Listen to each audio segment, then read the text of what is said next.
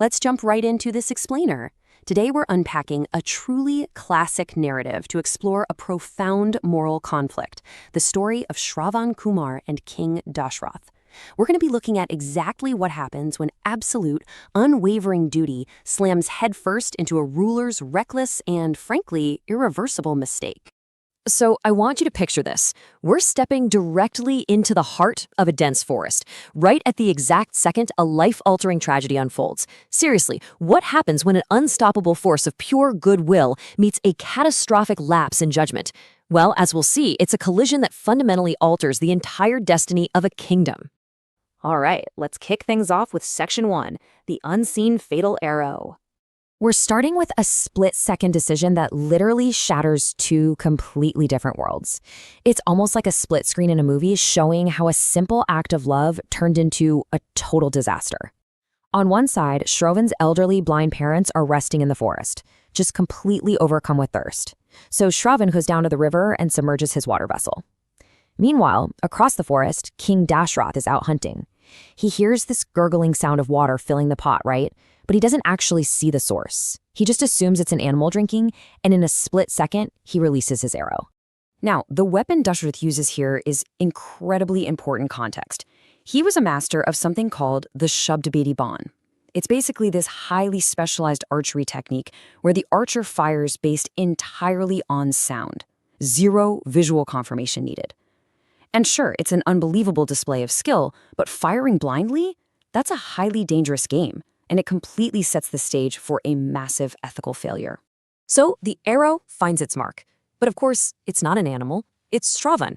And as he lies there dying with an arrow lodged right in his chest, his reaction is it's astounding. He doesn't curse his attacker, not at all. His absolute only concern is his parents' thirst. He literally begs the stranger who just shot him to take the water back to them, terrified of how they're going to survive without him. It's just a staggering display of selflessness. That brings us to Section 2, two divergent paths.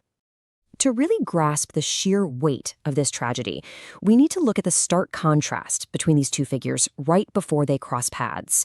It's the ultimate mismatch. On one hand, you have Shravan, completely vulnerable, unarmed, and undertaking this incredibly grueling physical task of literally carrying his blind parents on a holy pilgrimage. On the other hand, there's King Dashrath, armed to the teeth, exercising his royal privilege to just hunt for sport and acting completely hastily on a mere sound. It perfectly frames our core moral conflict, vulnerable devotion versus the unchecked, careless exercise of lethal power. And Shravan wasn't just performing a duty out of some grudging obligation. His virtue was practically legendary at this point. Get this. Earlier in his journey, a boatman ferried Shravan and his parents across a river. When Shravan actually tried to pay for the ride, the boatman flat out refused. He claimed that the mere act of having Shravan on his boat was payment enough. He believed the dust from Shravan's feet had literally purified his vessel. His reputation definitely preceded him. And this right here tells us everything we need to know about what drove him. When his parents bless him, he tells them that even if he received the wealth of the entire world, it wouldn't even come close to the profound satisfaction he gets from serving them.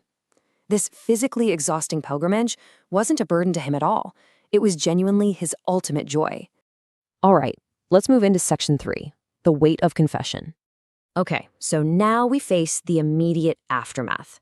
And this builds into one of the most heartbreaking confrontations you'll find in classical lore. You can almost feel the agonizing tension here.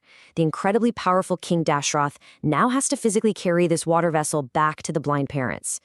Hearing footsteps approaching, they desperately call out, fully assuming it's their beloved son. And now, the great ruler has to break the silence. He has to confess who he is and admit his unforgivable sin, directly to two defenseless elders. Dashrath's confession is just completely raw. He says, "I struck your son like an animal. I shot without seeing, without thinking."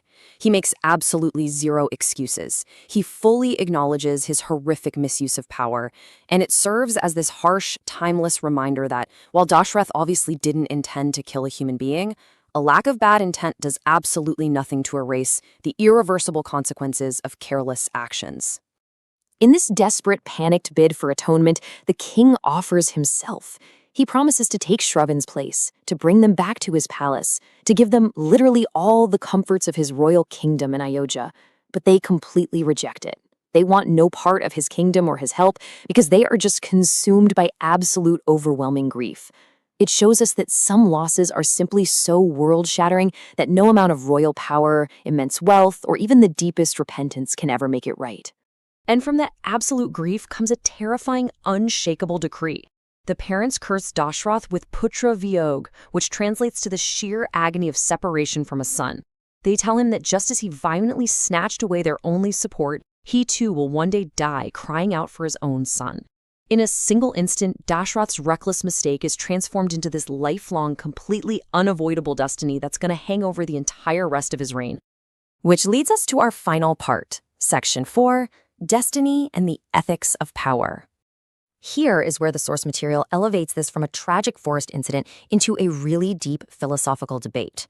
Shortly after delivering the curse, the parents actually pass away from their grief. But there is a fascinating reframing of this loss. Think about it for a second.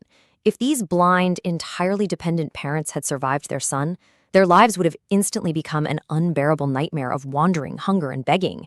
So from a broader cosmic viewpoint, their immediate death is framed as a complex, incredibly painful, but ultimately merciful act of destiny, sparing them from prolonged suffering. But let's be clear, Dashrath doesn't just get off the hook by chalking it all up to destiny. Far from it. His blind arrow serves as a timeless ethical lesson about how we wield power. The primary purpose of a weapon, of true power, is strictly for self-defense and protection.